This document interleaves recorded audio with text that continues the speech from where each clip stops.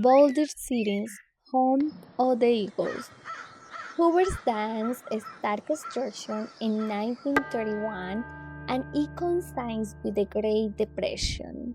Now, Hoover's Dam is the largest public work project of the federal government, but it wasn't done because of the Great Depression. It just happened to fall at the time.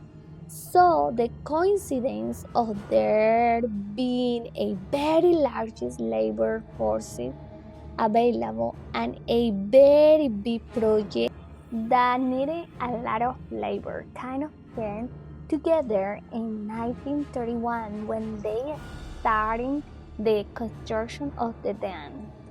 It took the combined resources of these companies for getting to a giant contracting and fighting to undertake the Mammon project.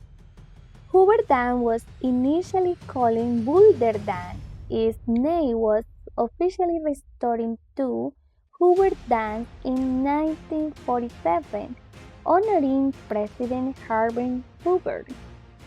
The purpose of Hoover Dam is to control the Colorado River's flood, store water for irrigation and municipal use in the Southwest, and generate hydroelectric power for millions in Arizona, Nevada, and California, while also provide recreation and wildlife habitat.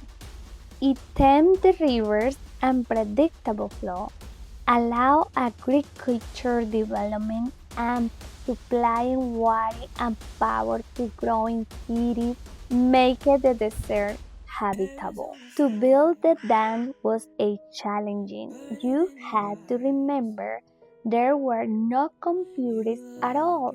The calculations, the technology that was applying for the dam was a slide roll and pencil, and that's how they figured out how to build the dam.